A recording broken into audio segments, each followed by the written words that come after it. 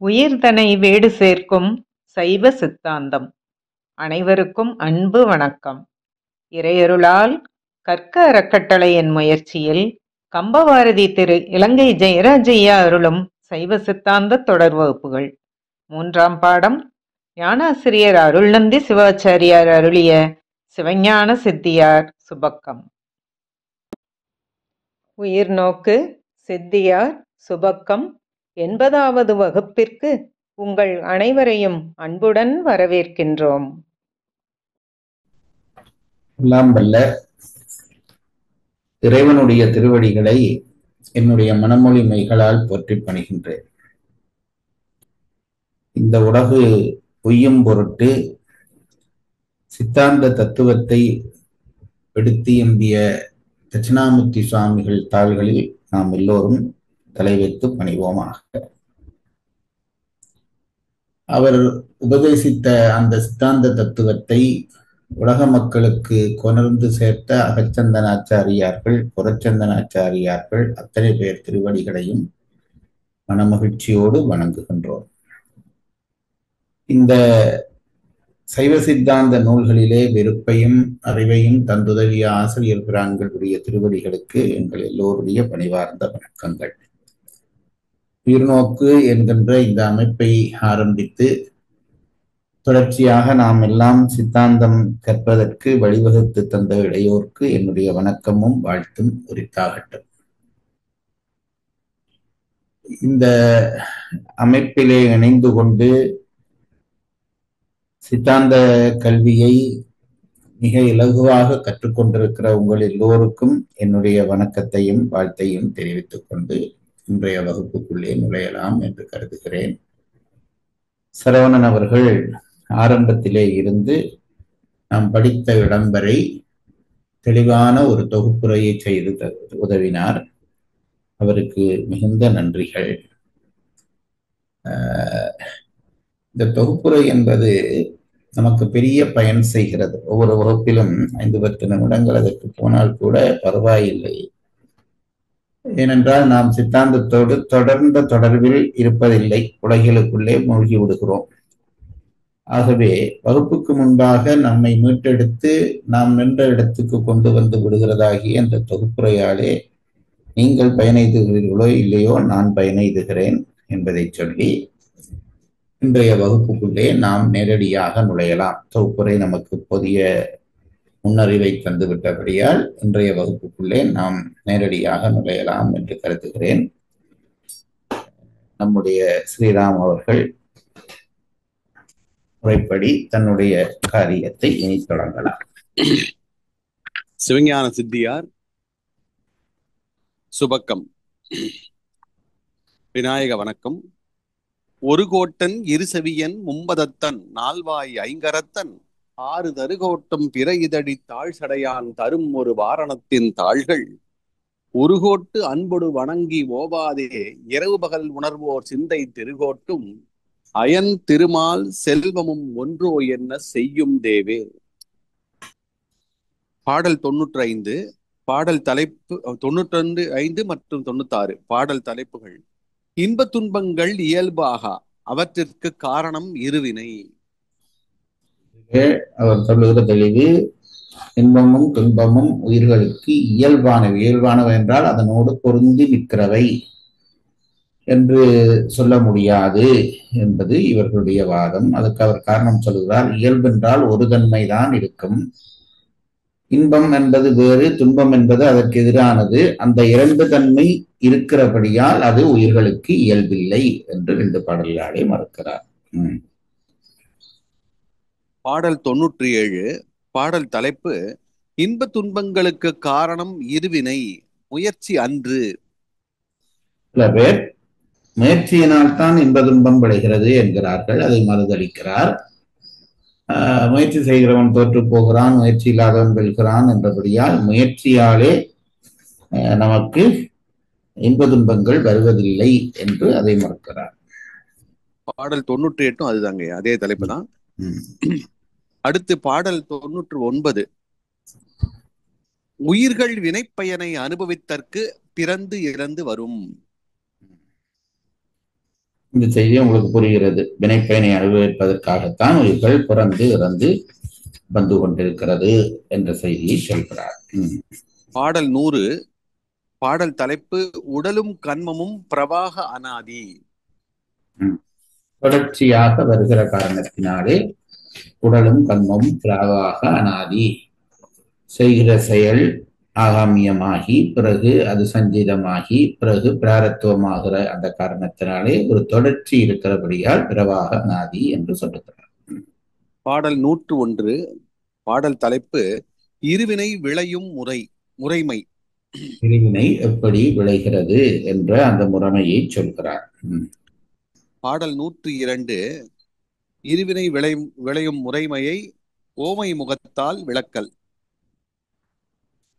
அதாவது இருவினையும் எப்படி விளைகிறது என்று கேட்டால் நல்வினை தீவினைகள், அதற்கு அவர்கள் சொல்லுகிற பொருள் காரணம் அது விளைகிற முறைமை எதுவென்றால் ஒரு பிறவிக்கு காரணமாக வருகிற வினை மற்றொரு வினையை தேடித்தர ஒரு வித்து உணவுக்கும் பயன்பட்டு பிறகு விளைதலுக்கும் பயன்படுவது போல இருக்கிற காரணத்தை எடுத்து காட்டுகிறார். பாடல் 103. பாடல் தலைப்பு வினைப்பயனை முதல்வனே தருவன். இரு வினைகளையும் ஏற்று பயன் கொடுப்பவன் முதல்வனே. இங்கே தர்க்கம் தொடங்குகிறது. சித்தாந்திகளுக்கு கருத்து, நாம் செய்கிற இருவினைகள் எல்லாம் ஏற்றுக்கொண்டு அடுத்தடுத்த பிறவிகளில் அதனுடைய பயனை தருவதற்கு இறைவன் என்ற ஒருவன் வேண்டும், அவன்தான் அதை தருகிறான் என்பது சித்தாந்திகளுடைய கருத்து. இதை மற்றவர்கள் மறுக்கப் போகிறார்கள். பாடல் 104. பாடல் தலைப்பு இருவினைகளையும் ஏற்றற்கு காரணம் கருணை, அவற்றின் பயன் அனுக்கிரக நிக்கிரகங்கள். இறைவனுக்கு ஏன் இந்த வேலை, இருவினையும் ஏற்று அதை பிறகு தருகிறது வேலை அவனுக்கு ஏன் என்று கேட்டால் கருணையினால் தருகிறான். அது என்ன கருணை என்றால், வினைகள் சேர்ந்து கொண்டிருக்க உயிர்கள் முத்தி நிலையை அடைய முடியாமல் தவிக்கும். அதை முத்தி நிலையை கொடுக்க வேண்டும் என்றால் பெற்றால்தான் உயிர்கள் அமைதியுறும். ஆகவே உயிர்கள் அமைதியுற வேண்டும் என்ற கருணையினாலேதான் இறைவன் இருவினைகளையும் தான் ஏற்று அவற்றுக்கு இன்பதுன்ப பயன்களை கொடுக்கிறான் என்பது இவர்களுடைய கருத்து. அந்த இன்பதுன்ப பயன்களை தருவதைத்தான் நிக்கிரகம் அனுக்கிரகம் என்று சொல்கிறார்கள். ரெண்டையும் இறைவன் தந்து நல்லது செய்தவனுக்கு துன்பத்தை, நல்லது செய்வந்தவனுக்கு இன்பத்தையும் கெட்டது செய்தவனுக்கு துன்பத்தையும் கொடுத்து வினையை கழுவிக்கிறான் என்கிறார் அவர். பாடல் 105. பாடல் தலைப்பு அனுக்கிரக நிக்கிரகங்கள் இரண்டும் கருணையே. துன்பப்படுத்துகிறான், இன்பத்தையும் தருகிறான், துன்பத்தையும் இறைவன் தருகிறான் என்றால், துன்பத்தை தருகிற இறைவன் எப்படி உயிர்கள் மேல் அன்புடையவன் ஆவான் என்ற கேள்வி பிறக்கிறது. அதற்கு அவர் பதில் சொல்லுகிறார், நோயுற்றவனுக்கு கசப்பான மருந்தை கொடுத்தால்தான் நோய் தீரும். ஆகவே நோயாளியின் மேல் பகை கொண்டு ஒரு வைத்தியம் செய்வதில்லை. அதுபோலத்தான் இறைவனும் இன்பத்தை தருகிற நேரத்திலே துன்பத்தையும் தருகிறான் என்றால் அந்த உயிரினுடைய வினை கழித்தல் பொருட்டுத்தான் அதை தருகிறான். ஆகவே அது நிக்கிரகம் போல தோன்றினாலும் அதுவும் அனுக்கிரகம்தான் என்று சொல்லுகிறார். பாடல் 106. பாடல் தலைப்பு நிக்கிரகமும் கருணை என்பதை ஓமை முகத்தால் விளக்கல். பெற்றோர்கள் பிழைவிடுகிற பிள்ளைகளை அடித்து திருத்துவது போன்ற அந்த ஓமைகளை சொல்லி இறைவன் அந்த நிக்கிரகத்தையும் அனுக்கிரகமாகத்தான் செய்கிறான் என்பதை விளங்கப்படுத்துகிறார். பாடல் 107. பாடல் தலைப்பு வினையே பயன் தரும் என்பதை மறுத்தல். ஒரு சமயச்சாரார்கள் அப்படியெல்லாம் வினைப்பயன் விளைவதற்கு இறைவன் என்று ஒருவன் தேவையில்லை, செய்த வினையே பயனை தரும் என்கிறார்கள். பாடல் 108. வினை கெட்டு பயன் தரும் என்பதை மறுத்தல். இவர்களுடைய பதிலாக அதற்கு அமைகிறது, வினையே பயன் தராது, செய்கிற வினை அவ்வப்போது அழிந்து விடுகிறது. ஆகவே அழிந்து போகிற வினை எப்படி பயனை தரும் என்று இவர்கள் கேள்வி எழுப்புகிறார்கள். பாடல் 109. மறுமை பயன் பற்றிய மறுப்பு. வினை கட்டு பயன் தரும் என்பதை மறுத்தல் என்பதிலே இன்னொரு பகுதியும் வருகிறது. என்னவென்றால், கெட்டுப்போன ஒன்று எப்படி பயனை தர முடியும், அவ்வப்போது அழிந்து போகிற வினை எப்படி பயனை தர முடியும் என்பதற்கு அவர்கள் சொல்லுகிற பதில், வயலிலே இடுகிற உரமும் வைத்தியர்கள் தருகிற மருந்தும் கெட்ட பிறகுதான் பயன் செய்கிறது, அழிந்து போன பிறகுதான் பயன் செய்கிறது. அப்படி வினை பயன் பெறலாம் என்பது அவர்கள் கருத்தாக இருக்கிறது. அதை மறுத்து அடுத்த பாடலிலே விடைப்பதில் சொல்லுகிறார். பாடல் 109 மறுமை பயன் பற்றிய மறுப்பு. இந்த பாடல் தாங்க படிக்கலாம், படிங்க. இது படிச்சுட்டோங்க, இப்ப உணராட்டி படிக்கலாம்னு சொன்னீங்க நீங்க. திருப்பி ஒரு படிங்க. பாடல் 109 திரவியம் ஓமை அன்று செய்திக்கண் திரவியங்கள் விரவிய இடத்தே ஈந்து பலம் தரும் இம்மை அம்மை பரவினி பார் நீர் அங்கி பாத்திரத்திட்ட எல்லாம் கரவிடும் இங்கே எங்கே பலன் கொளக் கருதினாயே. பொருளுரை: திரவியங்கள் தழையும் மருந்தும் என்று முன்னே கூறப்பட்ட பொருள்கள் விரவிய இடத்தே ஈந்து தாம் கிடந்த இடத்திலே அழிந்து பலன் தரும் பயன் தருதலாலும் இம்மை அம்மை முதல் பதில் சொல்கிறார். அதாவது வினை கெட்டு போகிற வினை எப்படி பயன் தரும் என்ற இவர்களுடைய சைவ சித்தாந்திகளுடைய கேள்விக்கு கெட்டுப்போகிற தலையும் மருந்தும் பயன் தருகிறதே என்று தர்க்க ரீதியாக பதில் சொல்லுகிறார்கள். அதற்கு மறுபடியும் சைவ சித்தாந்திகள் சொல்கிறார்கள், நீ சொல்லுகிற மருந்து எவன் உண்டானோ அவன் உடம்பிலேதான் கெட்ட பிறகு பயன் செய்யும். அதுபோல நீ வயலிலே போடுகிற தலைகள் எல்லாம் அழிந்து அந்த வயலிலே தான் பயன் செய்யும், இன்னொரு இடத்திலே பயன் செய்யாது. ஆனால் நாம் இந்த பிறவியிலே செய்கிற பயன்களை அடுத்தடுத்த பிறவிகளிலும் அனுபவிக்கிறோம் என்றால் இங்கே போட்டோம் அங்கே எடுக்கிறோம் என்பது பொருத்தமற்றது தானே என்று இவர்கள் சொன்ன அந்த உவமையை மறுத்து விடுகிறார்கள். திரவியங்கள் விரவிய இடத்தே ஈந்து பலன் தரும் தழையும் மருந்தும் என்று முன்னே கூறப்பட்ட பொருள்கள் தாம் கிடந்த இடத்திலே அழிந்து பயன் தருதலாலும் இம்மை அம்மை இம்மையில் செய்த வினை மறுமையில் பயன் தரும் என்பது உனது கொள்கையாதலாலும்.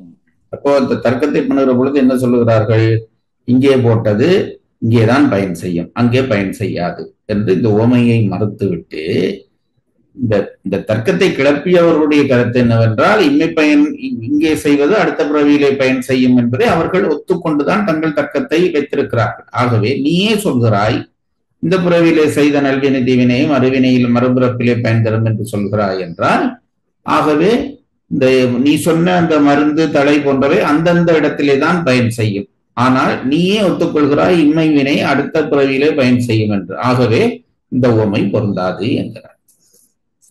இம்மை அம்மை இம்மையில் செய்த வினை மறுமையில் பயன் தரும் என்பது உனது கொள்கை ஆதலாலும் திரவியம் செய்திக்கண் ஓமை அன்று அப்பொருள்கள் வினை கெட்டு பயன் தரும் என்பதற்கு ஓமை ஆகா. இவ்வளவு அழகாக ஒரு விளக்கத்தை வளர்த்து செல்கிறார்கள் பாருங்கள். அவர்கள் கருத்தும் சொன்ன உடனே சரியாகத்தான் படுகிறது. வினை கெட்டு பயன்தரும் என்று சொல்கிறாயே, கெட்டு போன வினை எப்படி பயன்தரும் என்ற முதல் கேள்விக்கு அவர்கள் சொல்லுகிறார்கள், கெட்ட மருந்தும் கெட்ட உரமும் பயன் தருகிறதே என்று. அதற்கு இவர்கள் பதில் சொல்கிறார்கள், அது போட்ட இடத்திலே தான் பயன் செய்யுமே தவிர வேறொரு இடத்திலே பயன் செய்யாது. ஆனால் வினை அடுத்த பிறவியிலேயும் நமக்கு பயன் செய்கிறது என்பதை நீயே ஒத்துக்கொள்கிறாய். ஆகவே உன்னுடைய உவமை பிழை என்கிற அளவிலே மறுக்கிறார்கள். பரவி நீ பார், இம்மையில் செய்த வினை மறுமையில் பயன் தரும் என்று நீ கூறுவதை ஆராய்ந்து பார்ப்பாயாக.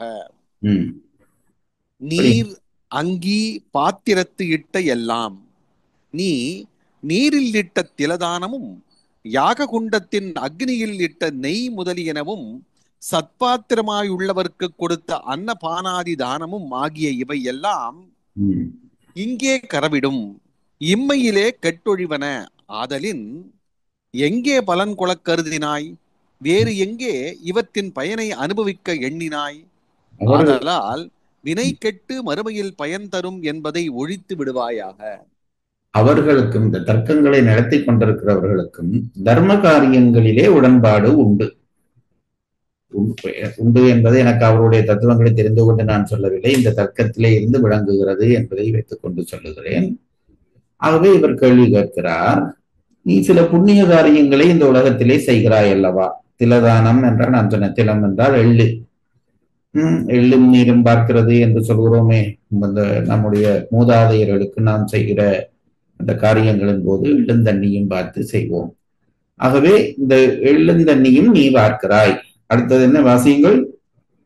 திலதானம் யாக குண்டத்தில் அக்னியில் இட்ட நெய் முதலியன. யாகங்களிலும் அவருக்கு நம்பிக்கை. அக்னியிலே நெய் விட்டு யாகம் செய்கிறோம். அப்போ அந்த காரியமும். அடுத்தது சத்பாத்திரமாய் உள்ளவர்க்கு கொடுத்த அன்னபானாதி தானமும். இதைவிட நாங்கள் ஒன்று செய்கிறோம். இப்போ நம்முடைய மூதாதையர்கள் ஈடேறும் பொருட்டு நாங்கள் தானங்கள் கொடுப்பது. இப்ப அந்த வீட்டுக்கு அந்தணர்களை கூப்பிட்டு நாங்கள் தானங்கள் எல்லாம் கொடுக்கிறோம். ஏனென்றால் இந்த தர்மம் அவர்களுக்கு பயன் செய்ய வேண்டும். அது இன்றைக்கும் வழக்கில் உள்ள ஒரு செயல். ஆனால் நாம் ஒன்றை புரிந்து கொள்ள வேண்டும்.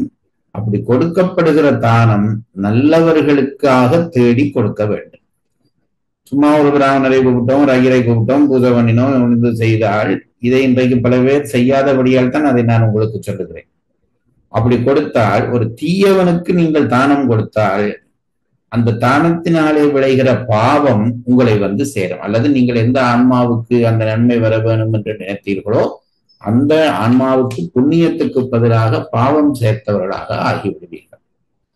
உங்களுக்கு தெரியும், இப்பொழுது இந்த பரீட்சைகளிலே கேள்விப்பதிலே இந்த 4 விடை தந்து புல்லடி போட சொல்வார்கள். சரி பிழை, இந்த 4 விடையிலே சரியானதுக்கு போட வேண்டும்.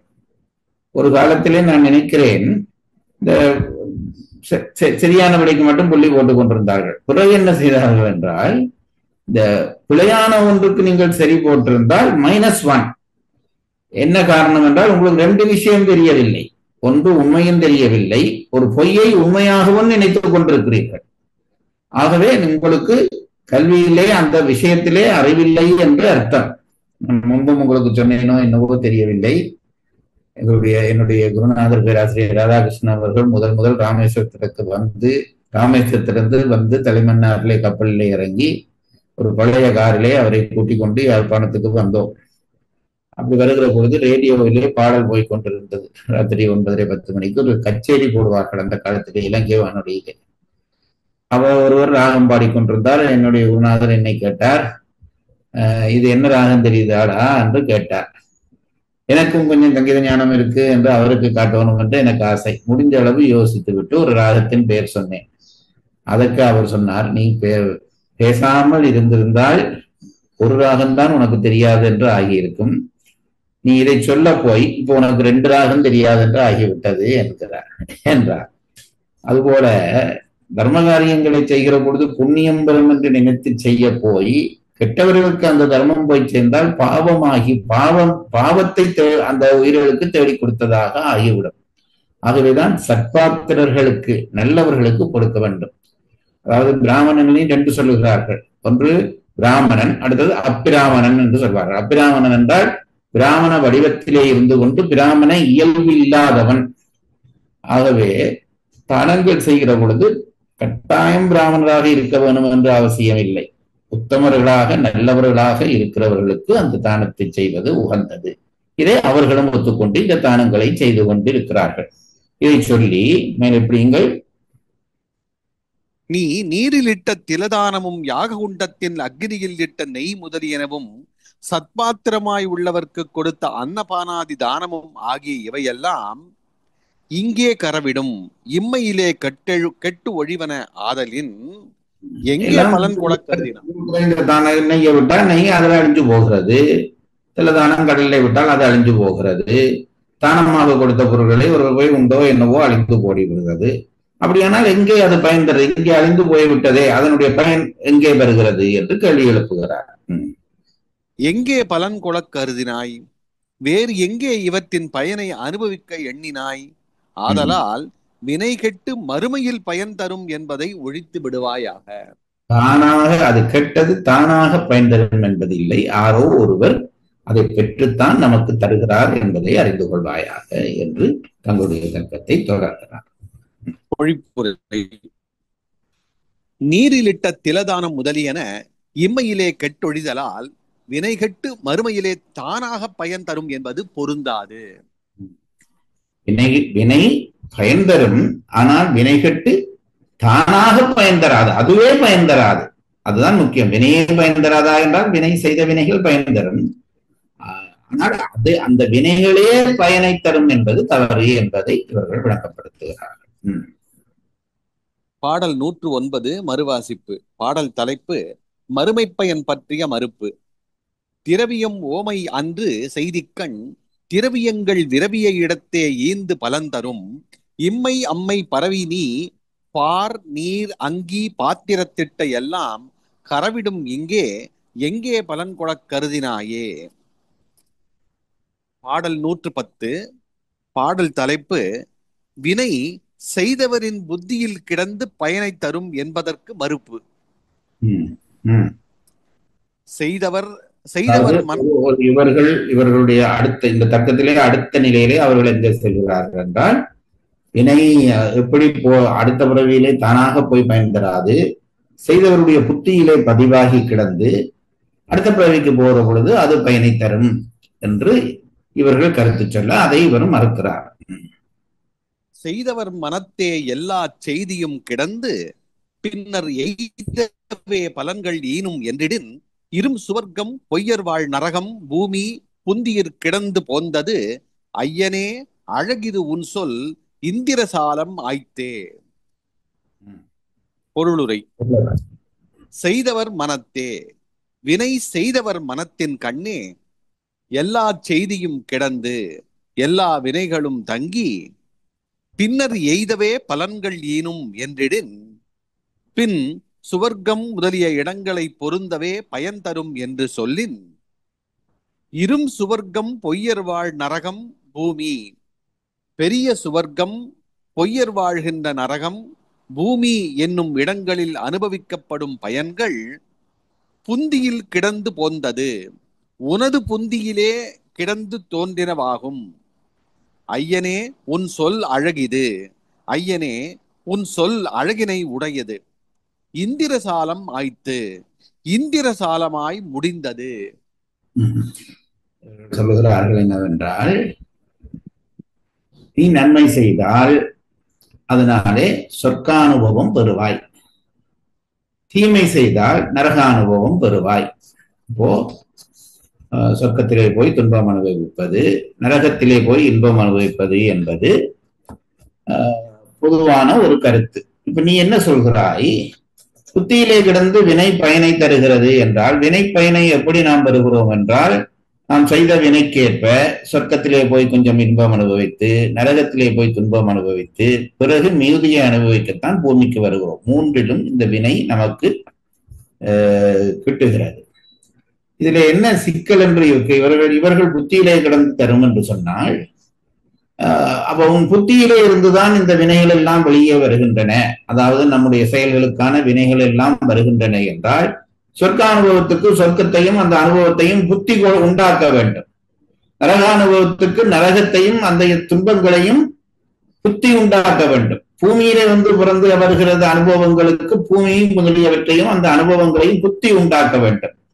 இதை சொல்லிவிட்டு பெரிய மறுப்பு சொல்லாமல் ஒரு கிண்டல் பண்ணுகிறார். என்னப்பா நீ இப்படி இதை போய் இவ்வளவு தர்க்கவாதி இதை சொல்லலாமா?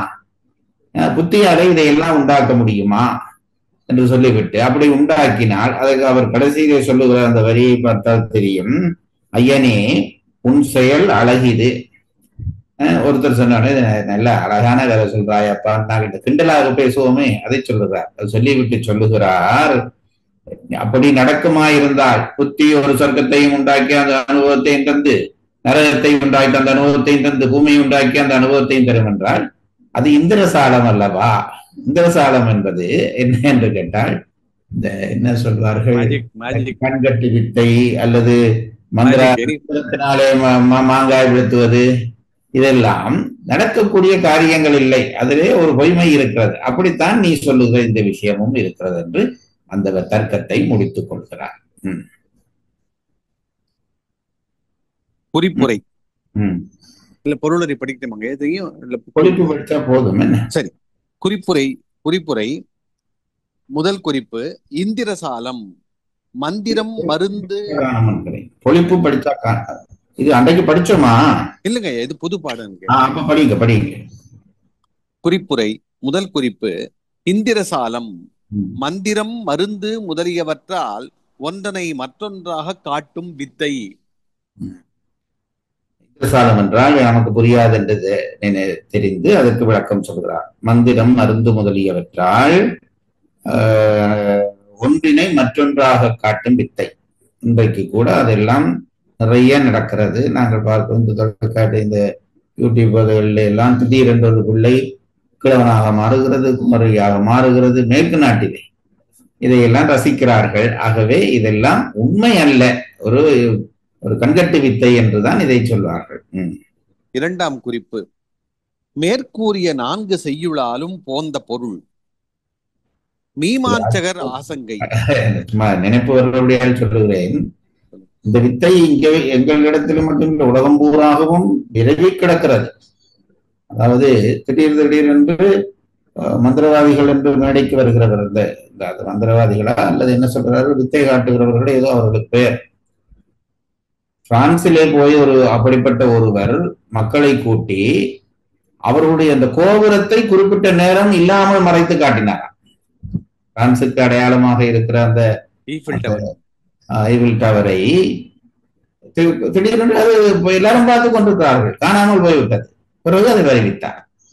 இதற்கு பேர் தான் இந்த இந்திரஜாலம் என்று சொல்வது. இரண்டாம் குறிப்பு. மேற்கூறிய 4 செய்யுளாலும் போந்த பொருள் மீமாம்சகர் ஆசங்கை. ஆசிரியர் இந்த 4 தர்க்கங்கள் பண்ணி கொண்டு வந்தோமே, அந்த தர்க்க விஷயத்தை முடிவாக இந்த பாடல் வருகிறபடியால் தொகுத்து காட்டுகிறார். மீமாம்சகர் ஆசங்கை. முதல் ஆசங்கை, வினையே பயன் தரும், அதற்கு ஒரு கடவுள் வேண்டுவதில்லை என்பது. அதற்கு மறுப்பு, வினை செய்த பொழுதே அழிந்து போதலால் அது பயன் தருதல் கூடாது. இரண்டாவது ஆசங்கை, அதை தொகுத்து சொல்லுறார், நீங்கள் கவனிச்சு கேளுங்க. இரண்டாம் ஆசங்கை, வினை கெட்டே பயன் தரும், தழை முதலியன கெட்டு பயன் தருமா போல.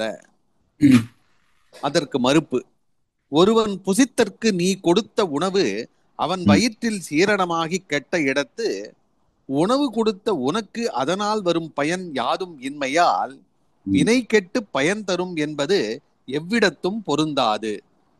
அன்றியும் தழை முதலியன கிடந்த இடத்தே கெட்டு பயன் தருதலாலும் நீ இம்மையில் செய்த வினை மறுமையில் பயன் தரும் என்று சொல்வதினாலும் அவ்வுவமை உனக்கு பொருத்தம் அன்று.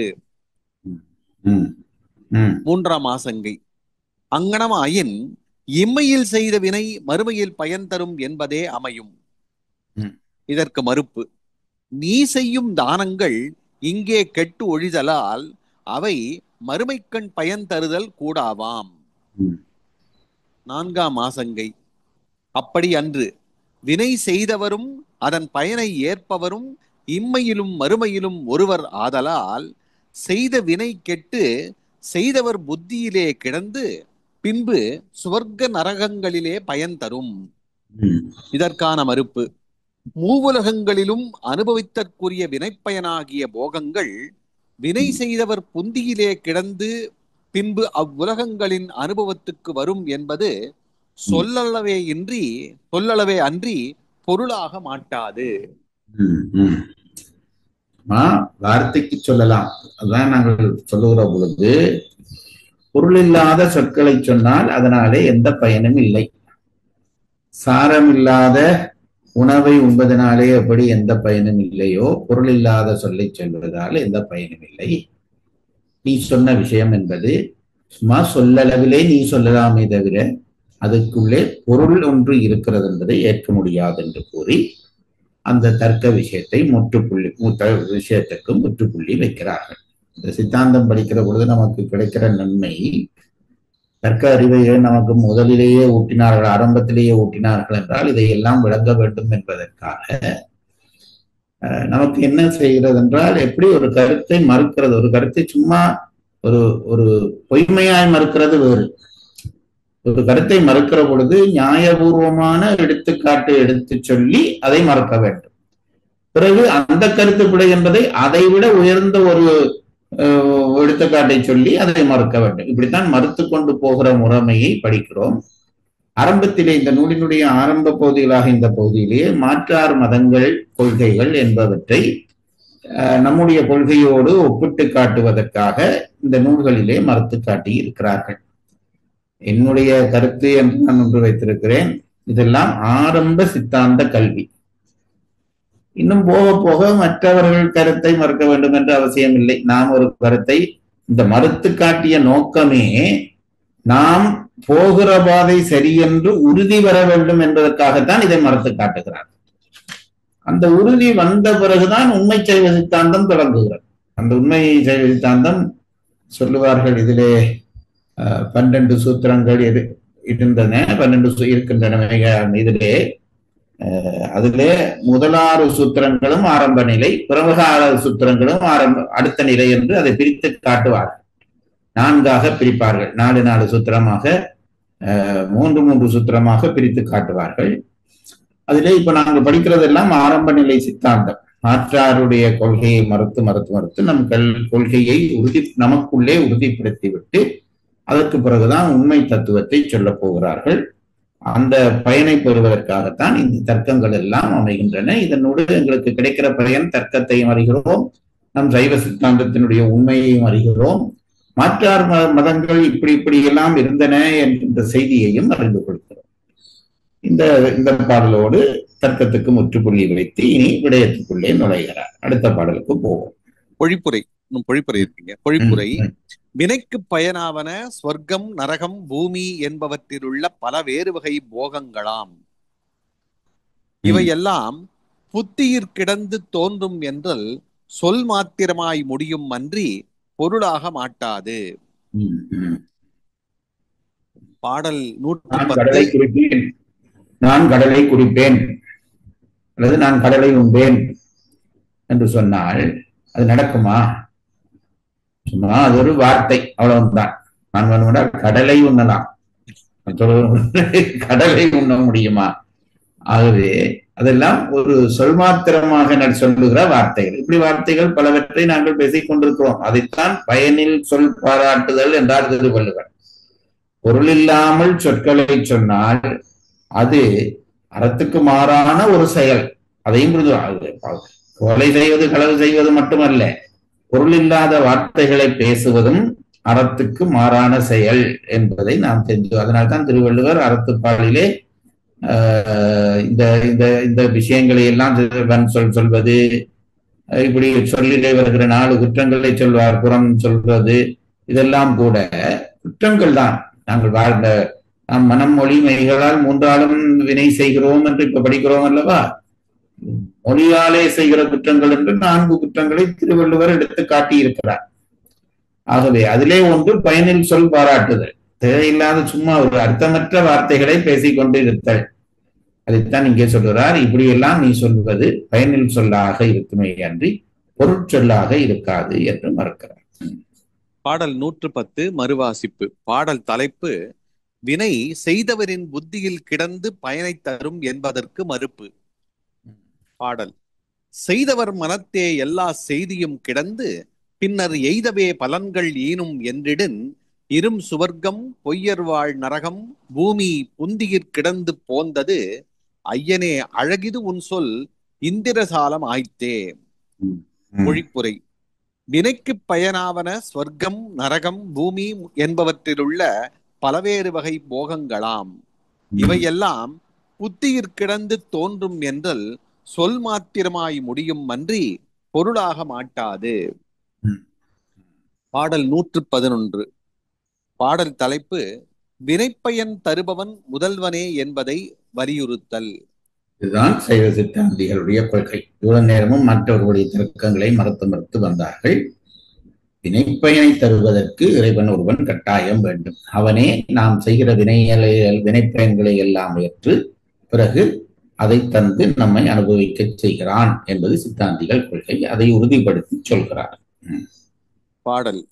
தானம் செய் பொருள் தரித்தோர் செய்தவர் தக்க செய்தி ஊனம் பின் உறவே காண்டும் பலம் உருவிப்பான் வேண்டும் ஈனமில் செய்தி ஈசன் இடும் பணி இவை நாம் செய்தால் நூனங்கள் அதிகம் நோக்கி நுகர்விப்பன் வினை நோய் தீர. பொருளுரை. தானம் செய் பொருள்.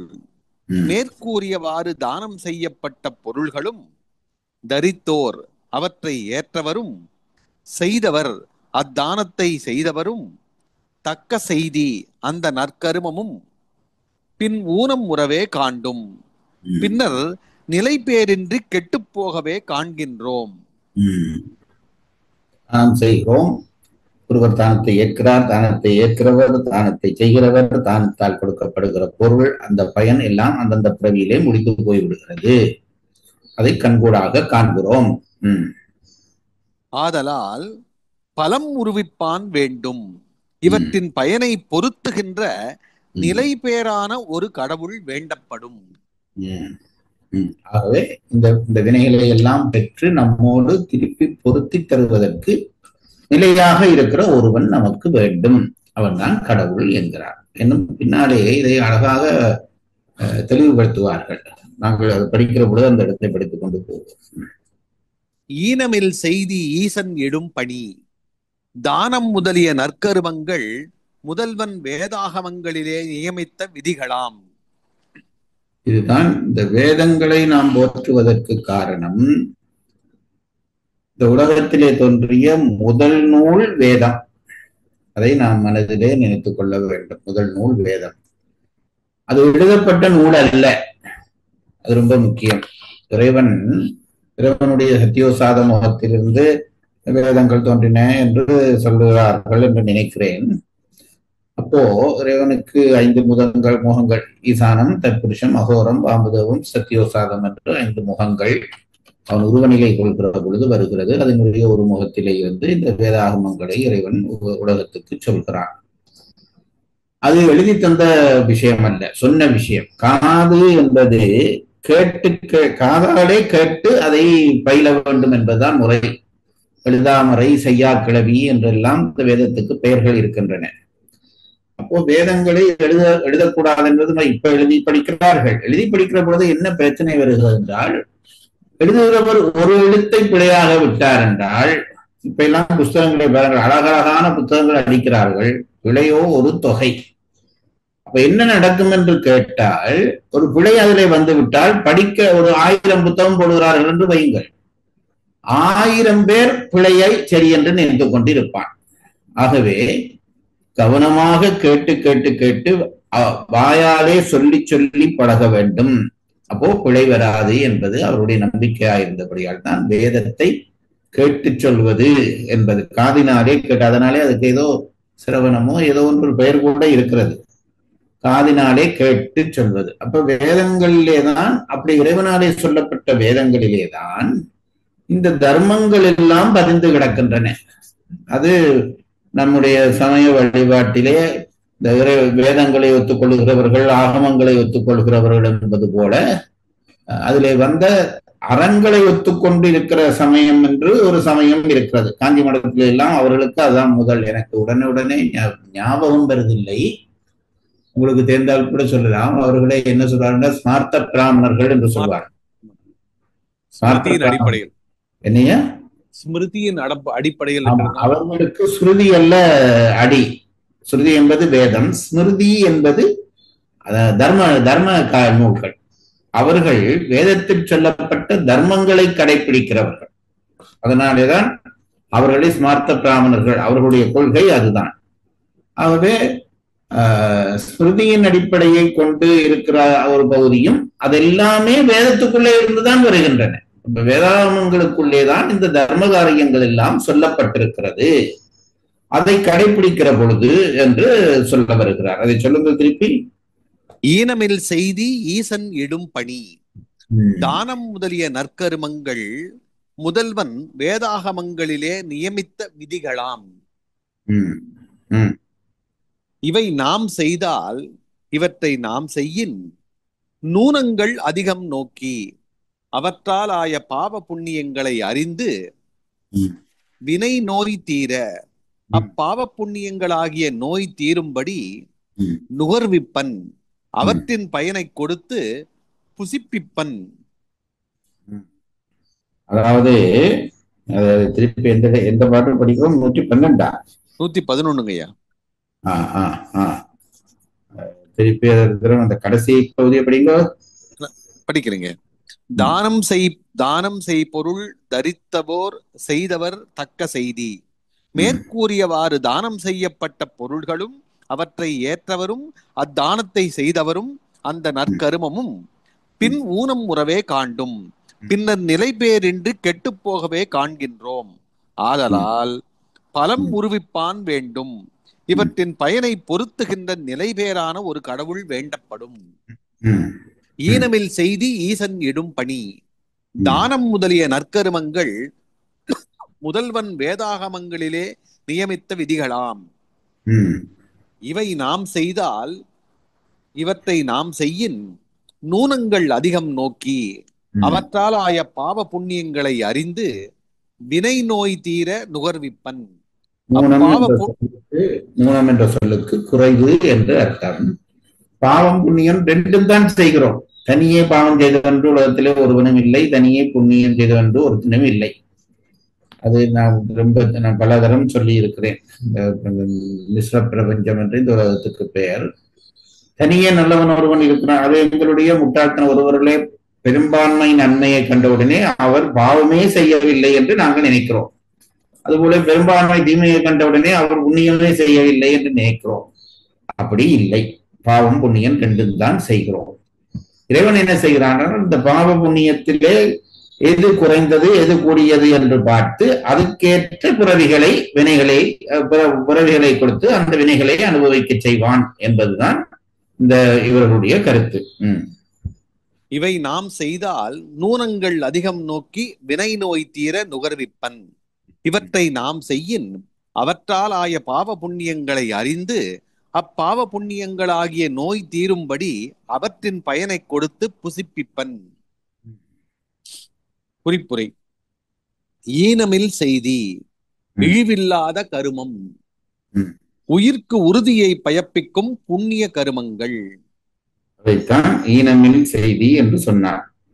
அதாவது உயிர்க்கு உறுதியை நாம் செய்கிற செயல்களிலே நல்ல செயல்கள் நம் உயிர்க்கு உறுதியை பயக்கும், மற்றது ஒரு உயிர்க்கு துன்பத்தை கொடுக்கும். ஆகவே தர்மம் என்பதைத்தான் இங்கே ஈனமில் செய்தி என்று சொல்கிறார். ஈனமில் செய்தி இழிவில்லாத கருமம், உயிர்க்கு உறுதியை பயப்பிக்கும் புண்ணிய கருமங்கள். தானம் முதலியவை மற்ற உயிர்களுக்கு தீமை வருவியாது செய்யப்படின் புண்ணிய கருமமாயும் ஈசனிட்ட பணியாயும் இருக்கும். அவ்வாறின்றி ஆடு மாடு முதலிய மற்ற உயிர்களை வதைத்து அவற்றிற்கு தீமை செய்து செய்யப்படுமாயின் அவை ஈசனிட்ட பணியாகாது பாவச் செயல்களாகும். இதனை விளக்குதற்கே ஈனமில் செய்தி என்றார். இதிலே நூலாசிரியருடைய கருத்து பதிவாகிறது இந்த குறிப்பிலே. அவர்கள் பெரியவர்கள், அவர்கள் நன்மை நோக்கித்தான் சொல்வார்கள் என்பதிலே எந்த சந்தேகமும் இல்லை. ஆனால் பாடலிலே அந்த பொருள் இல்லை. அதை நீங்க கவனித்து பார்த்தால் தெரியும். இனமில் அது எங்கே வருகிறது? ஈனமில் செய்தி ஈசனிடும் பணி.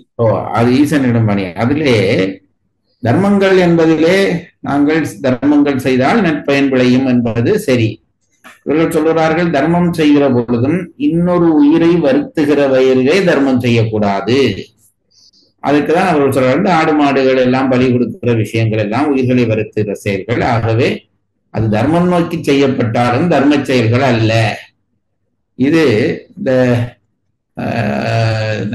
நம்முடைய எங்களுடைய யாழ்ப்பாணத்திலே இருக்கிற சைவர்கள், சைவ சித்தாந்திகள் எல்லாம் இந்த அசைவம் உண்ணாதவர்கள், அசைவம் உண்பதை ஏற்றுக்கொள்ளாதவர்கள் பெரும்பான்மையினர் அப்படித்தான். எங்கள் ஊர்ல எங்கள் இடத்துல சில ஊர்களே இருக்கிற அந்த ஊரிலேயே இந்த அசைவம் உண்ண மாட்டார்கள். அப்படி உண்டால் ஆச்சரியப்படுவார். அந்த ஊருக்காரன் நீ அசைவம் உண்பாயா என்று ஆச்சரியப்படுவார்கள். அந்த மரபிலே வந்ததாலே இந்த உயிர்கொலை முதலியவற்றை இவர்கள் ஏற்பதில்லை. இதே நேரத்திலே நாம் ஒன்றை தெரிந்து கொண்டே மேலே போக வேண்டும். வேதங்களிலேயே பலிகள் சொல்லப்பட்டிருக்கின்றன என்று கூறுகிறார்கள். உயிர்பலி கொடுத்தல் முதலியவை வேதங்களிலேயே சொல்லப்பட்டிருக்கின்றன. யாகங்களை வேள்விகள் செய்வது பற்றி வேதங்களிலே சொல்லுகிற பொழுது காஞ்சி பெரியவர் எழுதுகிறார், 4 வகையான யாகங்கள் இருக்கின்றன. அதிலே ஒரு வகை யாகம்தான் இந்த பலியிடுதல் யாகம். அதுவும் வேதத்திலே சொல்லப்பட்ட யாகம்தான், இறைவனாலே சொல்லப்பட்ட, வேதத்திலே சொல்லப்பட்ட யாகம்தான். நாங்கள் திருமுருகாற்றுப்படை படிக்கிற பொழுது அதிலே ஒரு இடத்திலே மறியறுத்து ஆரணக்கொடியோடு வைப்பட நுறி என்று ஒரு மறியறுத்து ஆட்டை வெட்டி அதை அந்த இரத்தத்தை அரிசியோடு கலந்து அந்த அந்த அந்த அது என்ன காட்டுவாசிகள் அதை அந்த அரிசியை அந்த அந்த அந்த காட்டுவாசிகளுக்குள்ளே இருக்கிற தலைமை குரு என்ற பெண் அவள் அந்த அரிசியை தூவி தீமைகளை அகற்றுவாள் என்று இதிலே வருகிறது. நக்கீரர் பாடியதாகிய திருமுருகாற்றுப்படையிலே வருகிறது. மறியறுத்து வாரணக் கொடியோடு வைப்பட நெறியை ஊர் கொண்ட சீர்கேடு வளவினும் என்று ஏதோ அப்படி அந்த பாடல் தொடரும். இப்ப மறந்து போச்சு. ஆகவே இந்த பலியிடுதல் என்பது செய்யலாமா செய்யக்கூடாதா என்றால் அது ஒரு பெரிய சிக்கல். அன்பை முதலாக கொள்ளுகிற சைவம் உயிர் பலியிடுதலை ஏற்குமா என்றால் வேதங்கள் ஏற்றிருக்கின்றன என்றால் அதை வைத்துக் கொண்டு அது வேதங்கள் உயிர் பலியை ஏற்பதன் மட்டுமல்ல. காஞ்சி பெரியவர் சொன்னதைத்தான் சொல்லுகிறேன் நான், எனக்கு இது ஒன்றும் தெரியாது. அவர் எழுதியிருக்கிறார், யாகம் செய்து அந்த யாகத்திலே ஆவுதியாக போடப்பட்ட பொருளிலே ஒரு துளியை யாகம் செய்தவர் உண்ண வேணும். அப்போ இப்ப இந்த பலிகள் செய்து அந்த பலியினுடைய மாமிசத்தை கொடுத்தால் அக்கினியிலே போட்ட பிறகு அதிலே ஒரு துண்டு பிராமணன் உண்ண வேணும். அந்த யாகத்தை செய்த பிராமணன் உண்ண வேண்டும். அதாலே ஒரு காலத்திலே பிராமணர்கள் யாகங்கள் செய்த போது கிண்டல் செய்தார்களாம். என்ன செய்தார்களாம்? இதை உண்பதற்காக, தாங்கள் உண்பதற்காகத்தான் இந்த யாகம் செய்தார்கள் என்று பெரியவர் எழுதியிருக்கிறார். அது ஏதோ அதை உண்பதென்றால் அது முழுவதும் உண்பதில்லை, அந்த சாஸ்திரப்படி ஒரு துளி அவர்கள் உண்பார்கள் என்பதெல்லாம் சொல்லப்பட்டிருக்கிற காரணத்தினாலே முற்றாக இந்த கருத்து எனக்கு உடன்பாடு இல்லாமல் இருக்கிறது. ஆனால் உலகியலிலே சாதாரணமான சமய வாழ்க்கையிலே நகருகிற நமக்கு இந்த கருத்து உகந்தது. அதனாலேதான் இவர்கள் அதை இது இவர்களுக்கு தெரியாததல்ல. சுரை செய்தவர்களுக்கு இப்படி வேதங்களிலே சொல்லப்பட்டிருக்கிறது என்று தெரியாதது அல்ல. ஆனால் அதை எடுத்து காட்டினால் பல பேர் இதை சாட்டு வைத்துக் கொண்டு பிழைகளிலே நகருவான். ஆகவே அப்படி நகரக்கூடாது என்றால் அதை கண்டித்து விட்டு போவதுதான் நல்லது என்று சொல்கிறார்கள். உயிர்களை வருத்தாமல் செய்கிற தர்மம் என்றபடியால் தான் ஊனமில் தர்மம் என்று போட்டார் என்று இவர் அதற்கு விளக்கம் எழுதினார் என்பதை நாம் தெரிந்து கொள்ள வேண்டும். இரண்டாம் குறிப்பு, நூனம் என்றால் குறைவு, அதிகம் என்றால் ஏற்றம். ஒரு ஏற்றத்தாழ்வு பார்த்து அவன் பாவங்கள் கூட செய்தானா புண்ணியம் கூட செய்தானா என்பதை பார்த்து இறைவன் அந்த வினைகளை, பிறவிகளிலே அந்த வினைகளை நமக்கு தருவான். அந்த ரெண்டு சொல் அங்கே பயன்படுத்தப்பட்டது. அதற்கு பொருள் சொல்லி இருக்கிறார். பொழிப்புரை. தானம் செய்யப்படும் பொருள்களும் அப்பொருள்களை ஏற்பவரும் அத்தானத்தை செய்பவரும் தானமாகிய அந்த நற்கரமும் பின்னர் அழிந்து போக காணப்படுதலின் அங்கனம் அழிவின்றி நின்று இவற்றின் பயனை அளிக்கும் ஒரு முதல்வன் வேண்டப்படும்.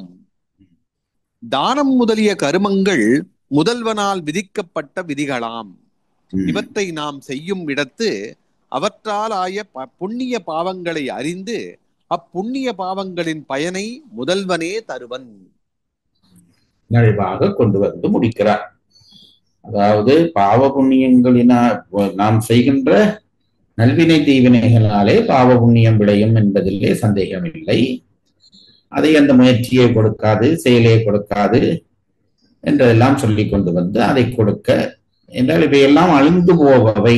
அழிந்து போகிற விடயங்கள் பயனை கொடுக்க வாய்ப்பில்லை. என்றும் அழியாமல் இருக்கிற ஒருவனே இவற்றையெல்லாம் ஏற்று பயனை கொடுக்க வேண்டும். அவன்தான் இறைவன் என்பது இவர்களுடைய கருத்து என்பதை சொல்லி இந்த பாடலை நிறைவு செய்கிறார். பாடல் 111 மறுவாசிப்பு. பாடல் தலைப்பு வினைப்பயன் தருபவன் முதல்வனே என்பதை வலியுறுத்தல். தானம் செய் பொருள் தரித்தோர் செய்தவர் தக்க செய்தி ஊனம் பின் உறவே காண்டும் பலம் உருவிப்பான் வேண்டும். ஈனமில் செய்தி ஈசன் இடும் பணி இவை நாம் செய்தால் நூனங்கள் அதிகம் நோக்கி நுகர்விப்பன் வினை நோய் தீர. பொழிப்புரை.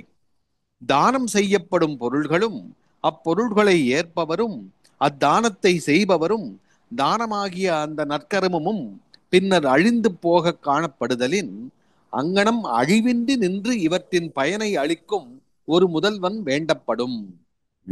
தானம் முதலிய கருமங்கள் முதல்வனால் விதிக்கப்பட்ட விதிகளாம். இவற்றை நாம் செய்யும் இடத்து அவற்றால் ஆய புண்ணிய பாவங்களை அறிந்து அப்புண்ணிய பாவங்களின் பயனை முதல்வனே தருவன்.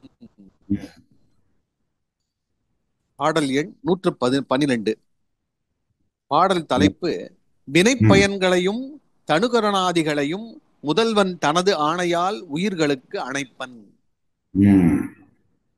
வினையினுடைய பயனை மட்டும் கொடுப்பவன் அல்ல இறைவன்.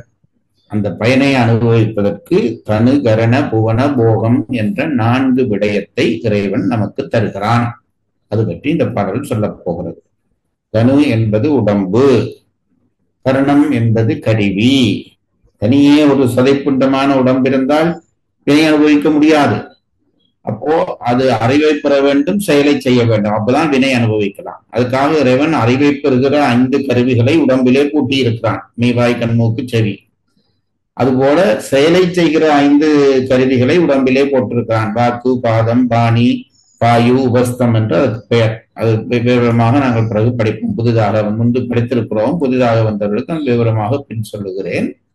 ஆகவே இந்த 5 செயற்கருவி, 5 அறிவு கருவி. அதற்குத்தான் ஞானேந்திரியம், கண்மேந்திரியம் என்று பெயர். ஞானம் என்றால் அறிவு, இந்திரியம் என்றால் கருவி, ஞானேந்திரியம் என்றால் அறிவை தருகிற கருவி, கண்மேந்திரியம் கண்மம் என்றால் செயல், இந்திரியம் என்றால் கருவி, செயலை செய்கிற கருவி என்று 10 கருவிகளை முதலிலே இறைவன் அந்த உடம்பிலே போட்டுறான். அப்ப தனு தந்து பிறகு கரணம் தருகிறான். இப்ப உடம்பும் வந்து விட்டது, அதிலே கருவிகளும் பூட்டியாகிவிட்டது. எங்கே நின்று அந்த உடம்பும் கருவிகளையும் கொண்டு செயல் செய்வது? நிக்கிறதுக்கு ஒரு இடம் வேணும். ஆகவே புவனத்தை உருவாக்குகிறான். தனு கரண புவனம். பிறகு அந்த புவனத்திலே அந்தந்த உயிர்கள் செய்த வினைக்கேற்ற போகங்களை இறைவன் தான் கொடுக்கிறான். இன்பமோ துன்பமோ அது நாம் செய்த வினைக்கேற்ப அந்த போகங்களை தருவதற்காக இறைவன் இவ்வளவற்றையும் கொடுக்கிறான். தனு கரணாதிகளை என்றால் தனு முதலியவற்றை என்று அர்த்தம். தனு கரண புவனம் போகம் போன்றவற்றை என்று அதை எடுத்துக்கொள்ள வேண்டும். பாடல். உலகு, உடல், கரணம், காலம், உருபலம், நியதி, செய்தி பல இவை கொண்டு கண்மம் பண்ணுவது உண்பதானால் நிலைவிடா இவை தாம் சென்று நினைந்து உயிர் நிறுத்திக் கொள்ளாது அழகிலா அறிவன் ஆணை அனைத்திடும் அருளினாலே. பொருளுரை. உலகு கண்மம் செய்தற்கு வேண்டப்படும் இடமும், உடல் நான் சொன்னதுதான் இது. அதாவது ஒரு இடம் வேண்டும், வேலை செய்யறதுக்கு ஒரு இடம் வேண்டும். அப்ப முதல் ஒரு உலகம் வேண்டும். உலகு, உடல் உயிர் தங்குதற்கு இடமாகிய சரீரமும். உயிர்தான் இந்த வினைகளை பல உடம்புகளுக்கு கூடாக பயணித்துக் கொண்டிருக்கிறது. ஒரே உயிர். நான் எப்பொழுதும் சொல்லுகிறது உண்டு, ஒருவர் இறந்து போய்விட்டார் என்றால் அவர் அழிந்து போய்விட்டார் என்று அர்த்தம் இல்லை, உடம்பை மாற்றிவிட்டார் என்று அர்த்தம். ஆகவே அவர் அழிய மாட்டார். அதனால் நான் அந்த சித்த வீடுகளிலே அல்லது அதுக்கு பிறகு நடக்கிற அந்த காரியங்களிலே சில நேரத்திலே பேச சொல்லுகிற பொழுது நான் இதைத்தான் அவர்களுக்கு சொல்வது உண்டு. அவர் அழிந்து போய்விட்டார் என்ற நேரத்துக்கு ஆறுதலுக்கு இது ஒரு பெரிய விஷயம் பாருங்க. உண்மையும் தான், ஆறுதலுக்கு ஒரு பெரிய விஷயம்தான். அன்பான ஒருவர் இறந்து போய்விட்டார் என்றால் நாங்கள் என்ன நினைக்கிறோம்? அவர் இனி இல்லை, ஒரு தமிழ் பாலை குடிச்சுட்டா பால் இல்லை என்கிறது போல நாங்கள் அந்த உயிரும் இல்லை என்று நினைக்கிறோம். இந்த உடம்புக்குள்ளே நின்று அனுபவங்களை பெற்றுக் கொண்டது உயிர்தான். உங்கள் மேல் அன்பு காட்டியது உயிர்தான், உடம்பல்ல. உடம்பு வெறும் சடம். இந்த உடம்பை பயன்படுத்தி உயிர்தான் அன்பு காட்டுகிறது, உயிர்தான் பகை காட்டுகிறது, இதெல்லாம் உயிர்தான் செய்கிறது. அந்த உயிர் ஒரு நாளும் அழியாது.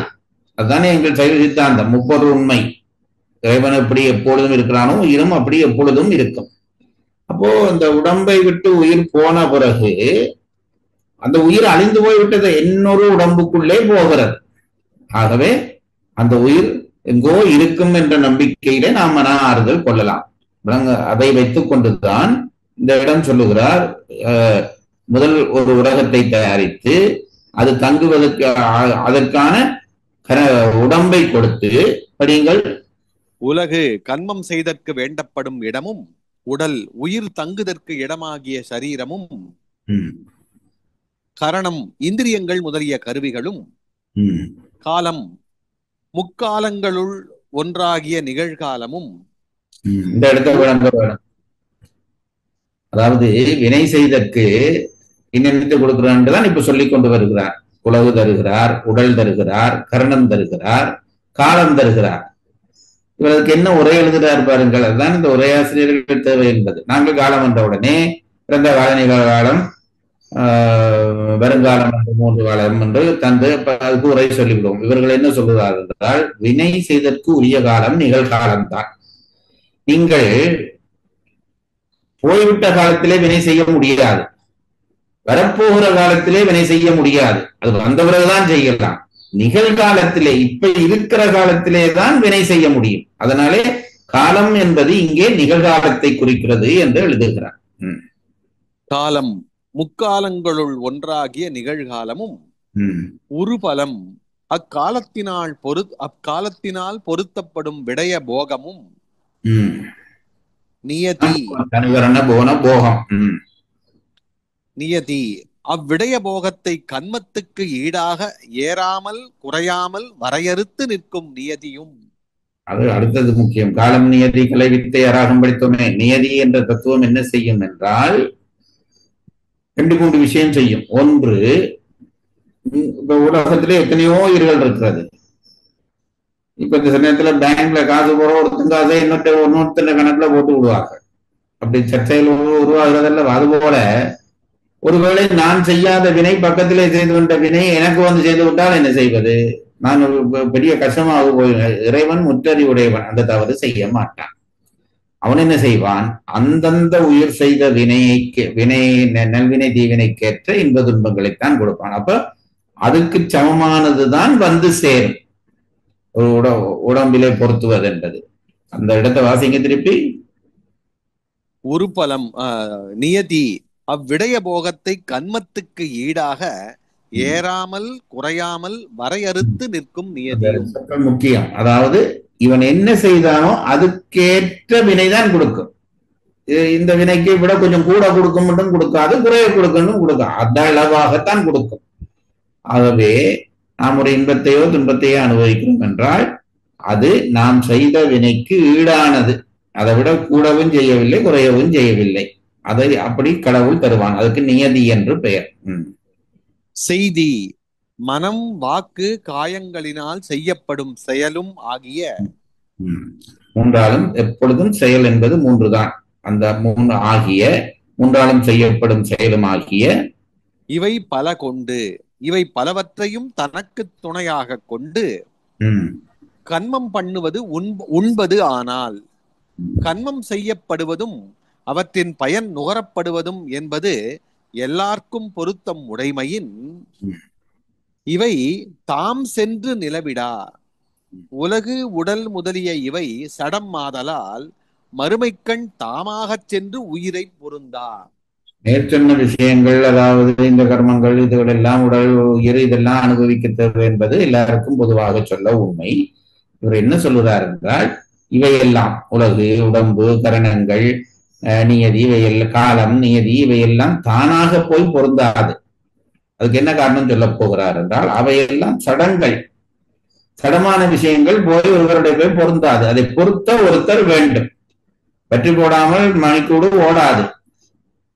அப்போ அந்த பற்றி போட ஒருத்தர் வேணும். பற்றி போட்டு ஓடுதென்றால் பற்றியால் ஓடுதென்றல்ல, பற்றியே ஒருவர் போட்டிருக்கிறார். அதுபோல இவற்றையெல்லாம் கொண்டு நாம் 50 துன்பங்களை அனுபவிக்கிறோம் என்றால் இவையெல்லாம் சடங்கள். இவற்றை நமக்கு பொருத்தி அனுபவ செய்வதற்கு ஒருவன் வேண்டும். இவை தாம் சென்று நிலவிடா. உலகு உடல் முதலிய இவை சடம் மாதலால் மறுமைக்கண் தாமாக சென்று உயிரை பொருந்தா. உயிர் நினைந்து நிறுத்தி கொள்ளாது. தனுகரணங்களை இன்றி அறிய மாட்டாத சிற்றறிவுடைய உயிர் தானாக அவற்றை அறிந்து கூட்டிக் கொள்ள மாட்டாது. 2 விஷயம். ஒன்று, இந்த மேல் சொன்னதாகிய உலகு கரணம் எல்லாம் சடங்கள். அது போய் உயிரை தானாக சேராது. சடத்துக்கு சொந்த அறிவில்லை, அது சொந்த அறிவில்லை, அறிவே இல்லை, அது போய் சேராது.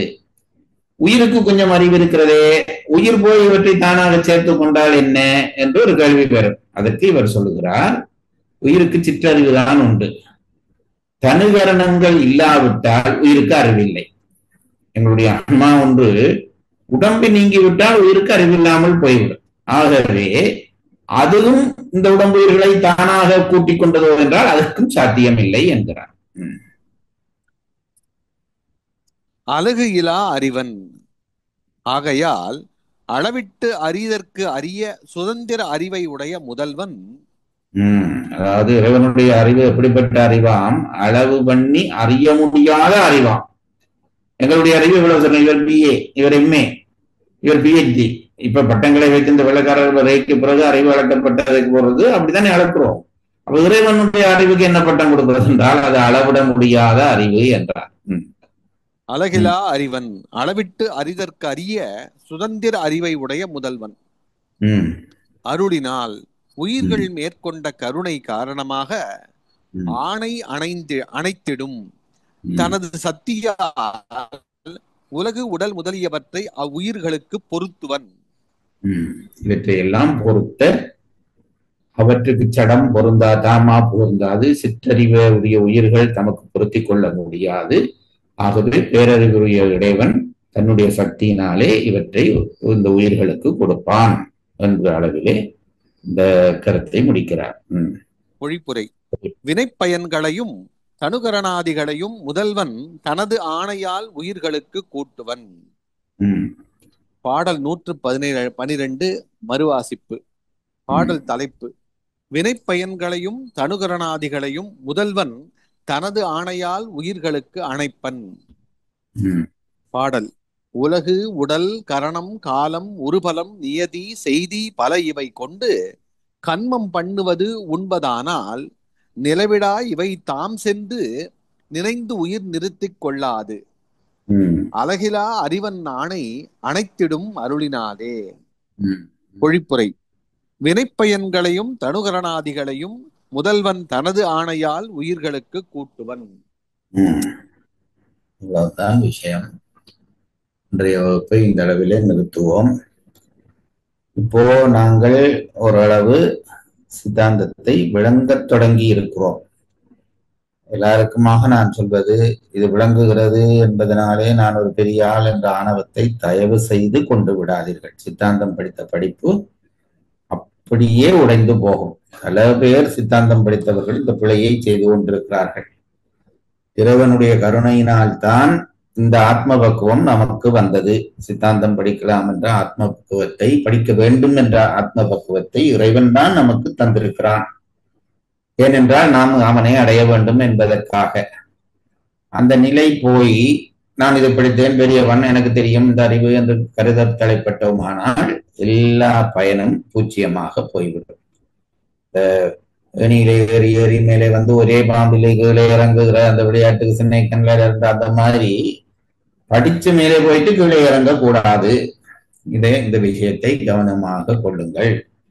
இப்போ நாங்க படித்த படிப்பிலே ஒரு மேலோட்டமான சித்தாந்த அறிவு பெற்றிருக்கிறோம். இவ்வளவுதான் சித்தாந்தம். இதுக்குள்ளே நாம் படித்ததையே திருப்பி படித்தால் என்னவோ விஷயங்கள் நமக்கு புரியும். என்னுடைய ஆசிரியர் லக்னவித்தர் அவர் சொல்லுகிற பொழுது ஒன்று சொல்லுவார்.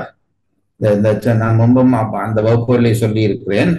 வீட்டுக்கு சுண்ணாம்பு அடிக்கிற பொழுது, பெயிண்ட் அடிக்கிற பொழுது முதல்ல ஒரு கோட் அடிப்பார்கள். சும்மா லைட்டான கலர் தான் தெரியும். பிறகு 2ஆம் கோட் 3ஆம் கோட் அடிச்சோடனே அப்படியே பளிச்சென்று சுவர் அந்த நிறத்தை பெறும். அதுதான், அப்படித்தான் கல்வியும் என்று சொல்ற. ஒரு நாளும் ஒரு பெயிண்டர் ஒரே இடத்துல அப்படின்னா 3 கோட்டையும் ஒரு தரமா அடிச்சுட்டு போனா என்ன, அப்படி அடிக்கிறது இல்லை.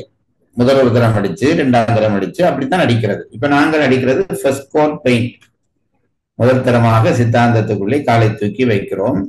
மேலும் மேலும் படிக்க படிக்க படிக்க படிக்க இதனுடைய கருத்துக்கள் நம் மனதிலே ஆழமாக பதியும் என்ற ஒன்றை விளங்கி கொண்டு, இந்த கல்வி ஆணவத்தை அழிப்பதற்காக கற்கிற கல்வி என்பதையும் தெரிந்து கொண்டு நீங்கள் படிக்க வேண்டும் என்று கேட்டுக் கொள்கிறேன். உயிரை அன்பில் வளர்த்து அருளாக்கும் இம்முயற்சியில் இணைந்து பங்கேற்றமைக்கு நன்றி. இறைப்பணியான இம்முயற்சியின் மற்ற பதிவுகளை கேட்க www.karka.co.in வலைதளம் அல்லது யூடியூபில் உயிர்நோக்கு என்ற இணைப்பிலும் காணலாம். நன்றி, வணக்கம், சிவார்ப்பணம்.